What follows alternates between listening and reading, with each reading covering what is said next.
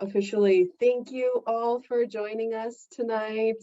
It's Earth Day, so thank you for spending a little piece of your Earth Day with us. Hopefully you're like Aiko-san right now outside or you've had a chance to enjoy some of the outdoors today.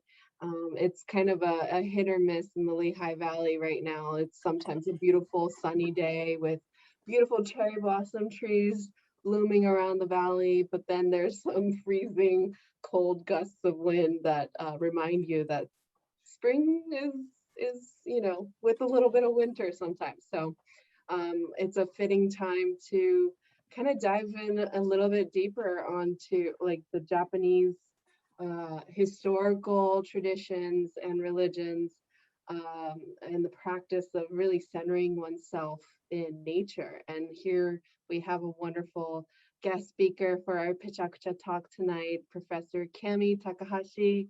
She's an associate professor at Muhlenberg College, and she researches early Tibetan tantra and more recently an esoteric mountain religion in Japan called Shugendo. And Shugendo practitioners understand walking in nature to be a sacred activity and see mountains and caves as sacred sites.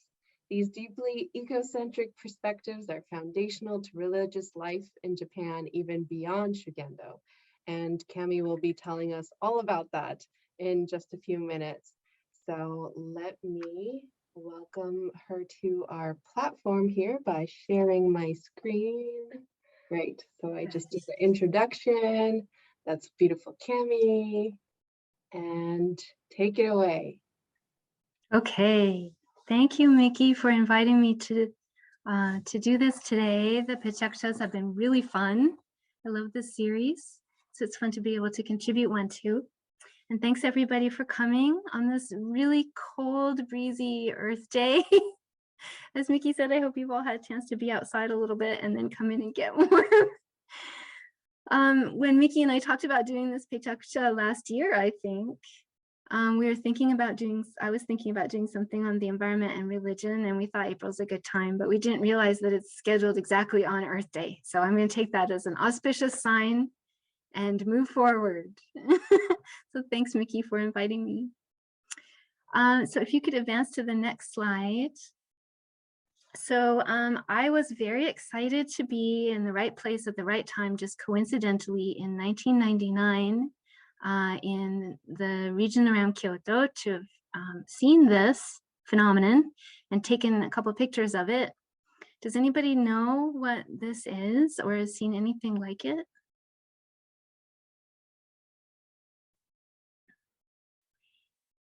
It's not a very common scene. And I myself was really surprised to see it. This is a procession of Shugendo practitioners leaving from a temple site. And I was trying to read the date stamp on the photographs. I guess now in retrospect that they were headed off for a mountain retreat, but without knowing exactly what the date was, it's hard to tell. I think it was probably very early autumn, which would match with a mountain excursion. But anyway, these are Shugendo practitioners. And I was really excited to be able to see it because though I had learned a tiny bit about Shugendo in graduate school, I had always read about it and learned about it in past tense and had thought that this was a dead tradition. And I think this is pretty common in Japan for people to assume that Shugendo is just a relic of the past. It often appears in anime and things as something ancient. And to see that it was still very much alive, even though we see these old fogies at the beginning of the procession, I was really excited to see that. So seeing this procession, it sparked my curiosity. And Mickey, if you could advance to the next slide. When I started teaching out of graduate school, I taught courses on religions in Japan and on ecology and religion. And every year I tried to stuff a little bit more Shugendo into my syllabi so students could be exposed, and so I had an excuse for learning more about it. And finally, a few years ago, a friend of mine at Muhlenberg, where I teach, who is a biologist, and myself, were able to offer a course called Ecology and Religion in Japan, and we took our students after a semester of study to Japan. And we spent a few days of our trip in Wakayama Prefecture in the Kii Peninsula, studying with this Shugendo priest, who you can see in the picture on the left in the gray samui suit. The students were able to live in his retreat center and spend 24 hours a day with him for several days, and receive teachings from him. And they also got to plant rice by hand, as you see here. And if you could advance to the next slide, Miki-san. And also to experience some religious things. We walked a Shugendo route with Kosho-san, and we also experienced something called takigyo. You can see the characters there. This is ascetic practice in the waterfall, and you can see my daughter on the right. It was very, very cold and hard to stand in this water, despite the hot day. But the presence of Kosho-san really imbued it with this incredible power. And I think the students were all quite moved by this experience. So for me, it was powerful for a number of reasons, but also because it was really the first time I had done religious practice and had a deep immersion in the natural world at the same time. And this combination was really super powerful and inspired my curiosity in these communities and their teachings and their understandings of their relationship to their natural environment and the organic world. So I kind of held that back as I had the photographs and kept on in my research. But eventually I decided that it was time to shift, and now I'm starting a new project, which is on the history of Shugendo in Tohoku around the Hachimantai region, which is the volcano of Mount U.S.A. near Morioka. So I am a beginner to this field, and I'm trying to keep my Japanese afloat so I can read the primary text. And I hope you'll accept my comments about Shugendo as such a relative beginner to the field and someone who's just curious and learning a lot and wanting to share it. So if you could move to the next slide. So if we pan out a little bit and just think about the broader category of religion and the environment, you yourselves can probably think of lots of instances where you've had conversations with people or seen it presented or thought to yourself about the confluence of Japanese religious phenomena and environmental concern. And there are so many things that people mention. There are some images on this slide, and I thought I'd open it up to all of you to ask you if you've ever considered this intersection and what you might think of as a coming together point of Japanese religion and the environment. Does anybody have anything they've thought of before?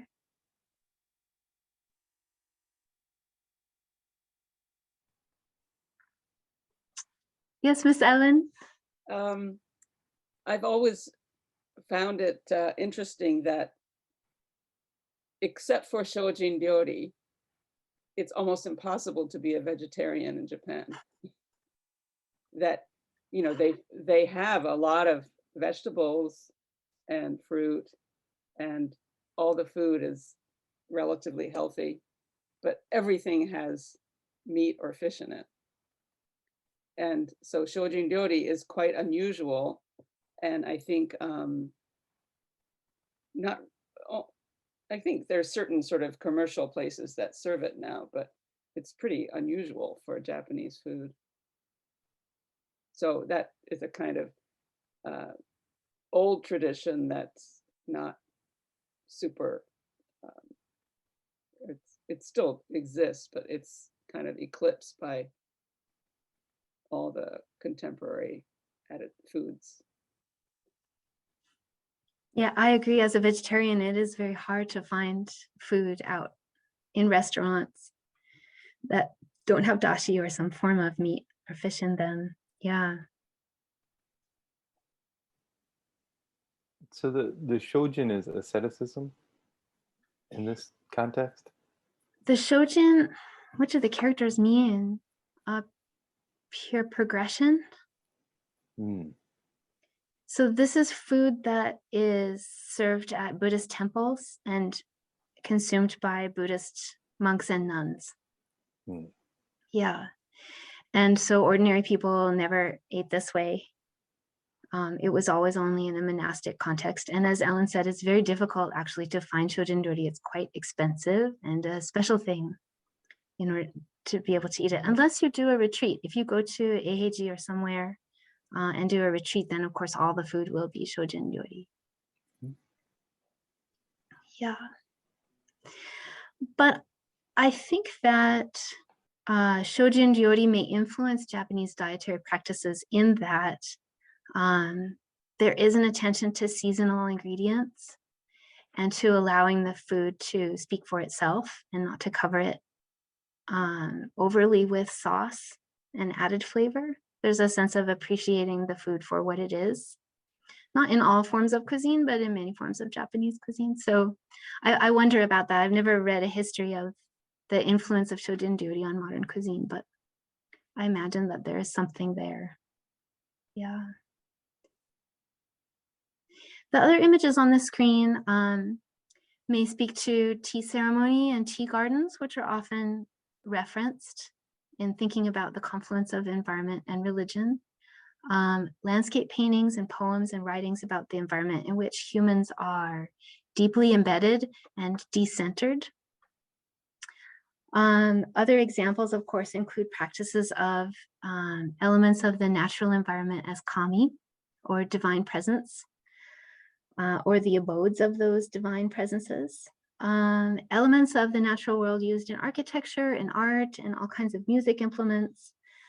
The way that the landscapes of temples and shrines are embedded into the unbuilt environment immediately surrounding them. There are all kinds of examples that people refer to.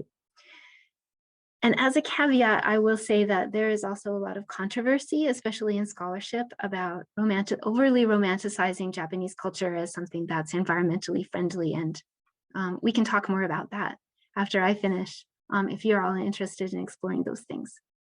But also a lot to inspire us, I think, and help us see the natural world as both model and mirror for our own environmental concerns.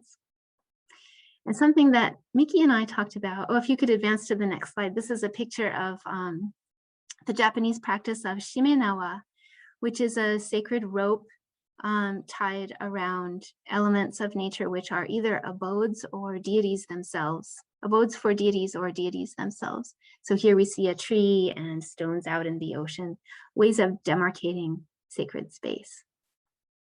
So Miki, if you could advance to the next slide. So Miki had a hand in constructing this slide.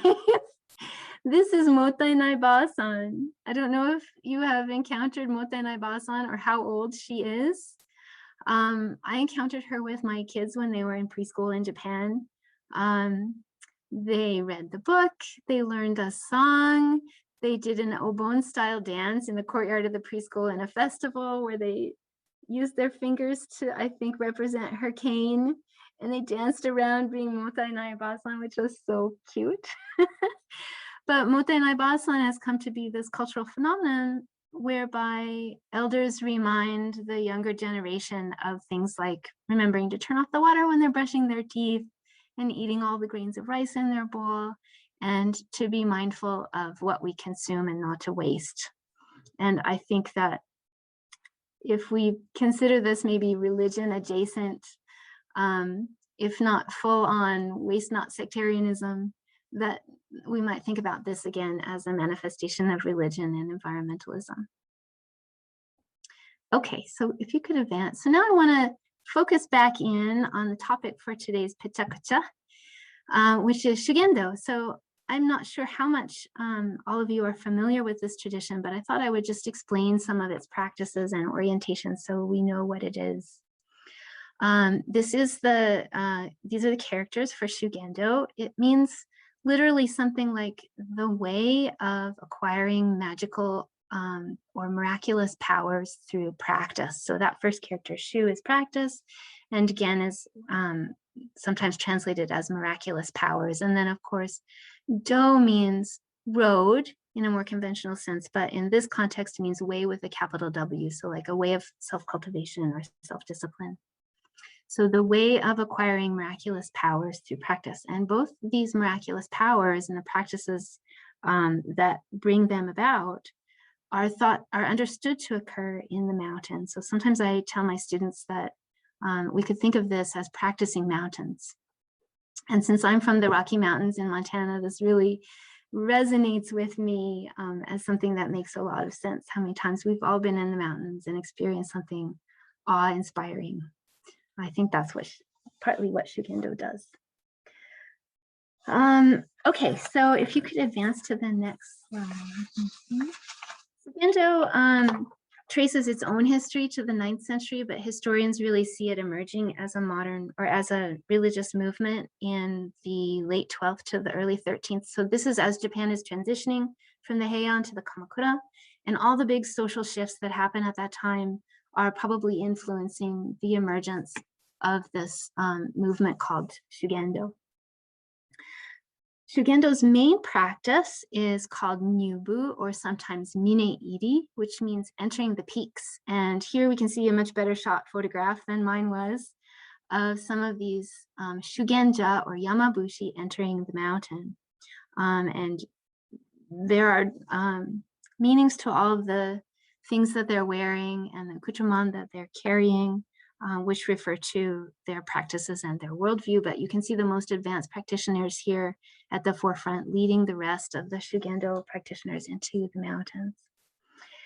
Now, in the mountains, these practitioners focus, they reflect deeply on their karmic lives. So they think about the ripple effects of their own behaviors. They communicate with mountain kami. They pilgrimage to sacred sites, which are thought to be cosmic in orientation. And some scholars call this mandalizing the mountain. So particular mountains are understood to be manifestations of particular mandalas, so that when you see a mandala in a temple, you can then remember or prepare for or enter into the spiritual state of being in the mountain. And that amalgam is really central to Shugendo practice. They test their physical strength and their mental resolve, and they bond with their teachers and with one another. So Mickey and I were laughing about like camping trips where the food's cold and there's sand in your shoes, or the sleeping bag's dirty, or whatever. These kinds of difficult experiences can contribute to our communal sense and our bonding with each other. And I think that's also part of what happens in the mountains. So if you have been to Japan or looked at pictures of the mountains, you know that these mountains are not messing around. The slopes are really, really steep, and many of these mountains have been caused by volcanic activity, and there is very sharp outcropping. They're full of dense foliage and deep caves. It's not generally a place that's understood to be very welcoming to the unexperienced or the unprepared. But after walking through these mountains in these ritualized seasonal outings with their teachers, Shugendo practitioners engage in something that I call with my students spiritual spelunking.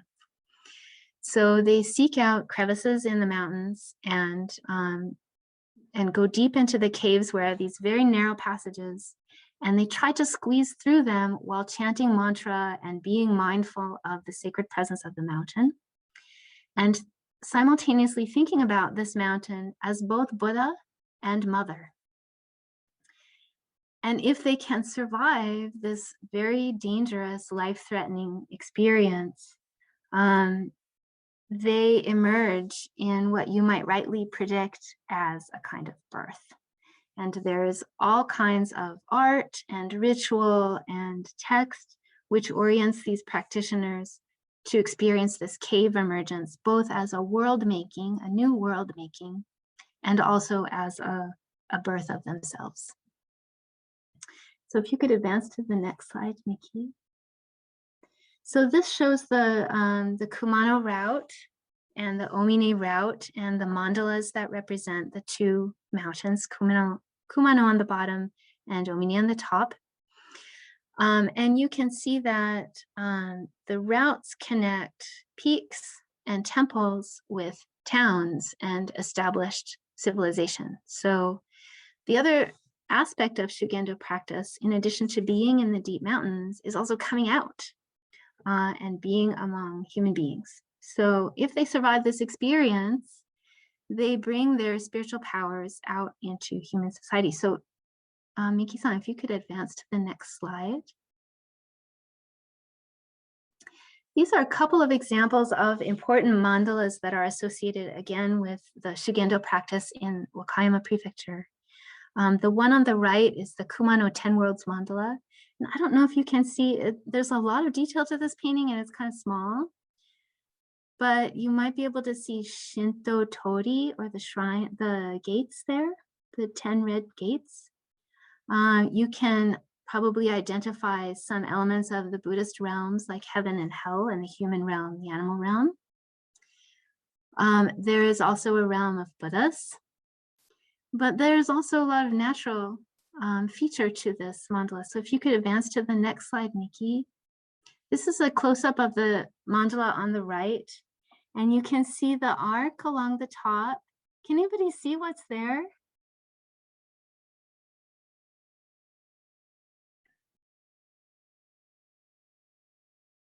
I realize it's very small. The ages of man, so to speak. Yeah, that's exactly right. So on the right side of the arc, under the first torii gate, there's a little white baby. And that person advances through adolescence and middle age into old age, and finally at death at the last of the gates. So we here have represented the cycle of a human life. And on the outside of that, you see these trees, and they are progressing through seasons and age themselves. And so, of course, the idea here is that we should understand that we are all part of individual cycles and cosmic cycles of time, and that we progress through these together with the natural world. So not as apart from it, but together and part of it. And there's a really interesting history about how these mandalas came to be and how they were shared. We can talk about that more if you're interested. So if you could advance to the next slide, Nikki.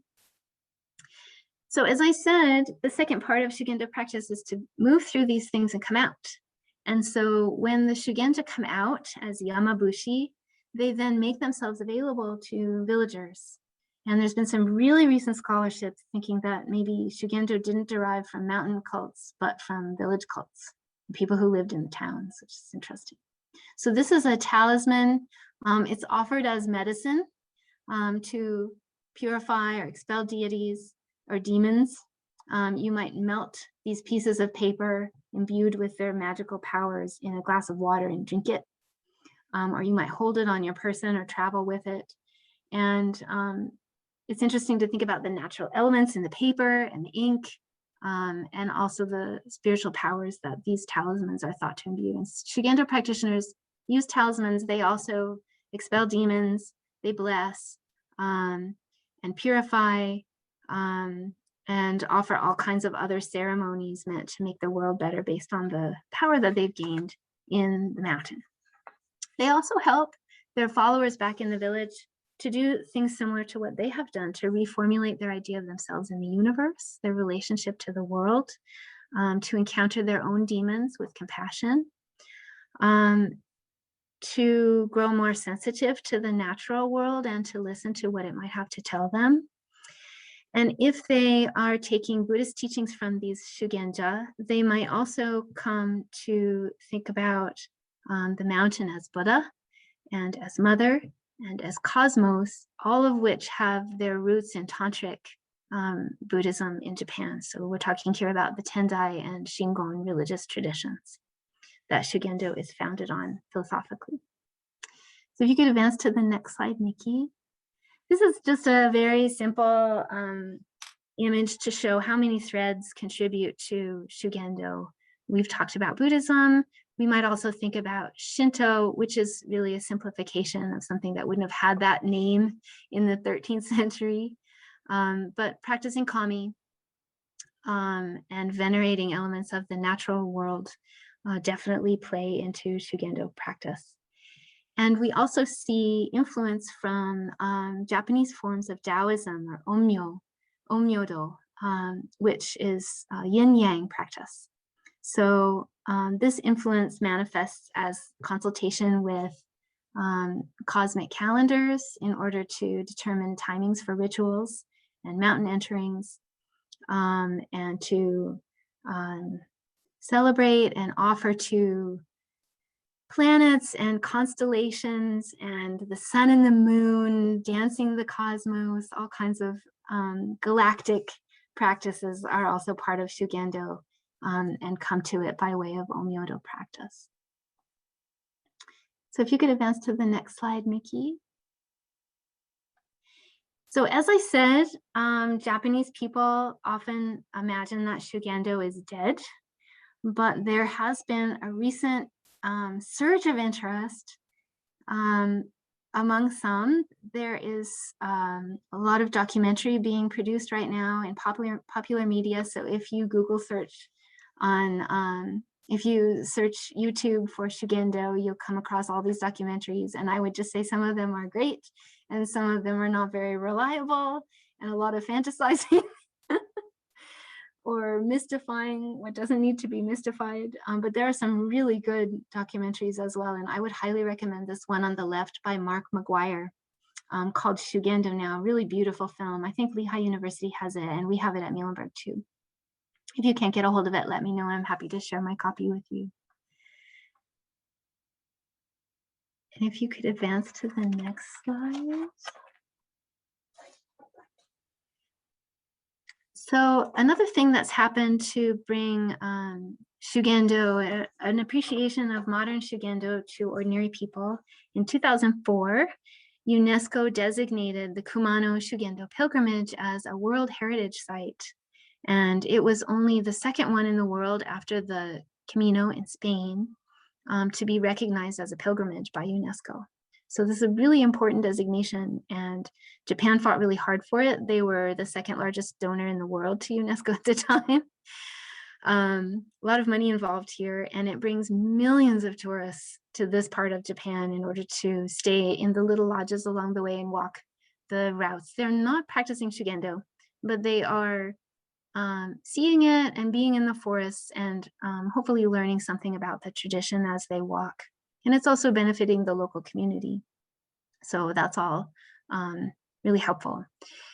And Shugendo sites throughout Japan are now being highlighted by their local tourist boards as must-see sites. So it's not just happening through this UNESCO designation, but all over Japan, people are, I've seen even in English, local guides offering Shugendo experiences. You can pay some man-in and go eat your cold curry in the mountains and have some experience with someone who's designated themselves as a guide.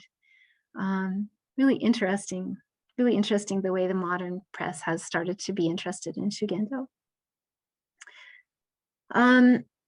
I think that despite some of the problems that we could identify with this designation on an environmental level, it may cause people who visit even in this capacity to pay more attention to different modes of forest management than they know at home. They might grow more appreciative of the biodiversity that has existed because this has been a protected and limited access site for so many centuries. They might think more about the impacts of human activity on the natural world.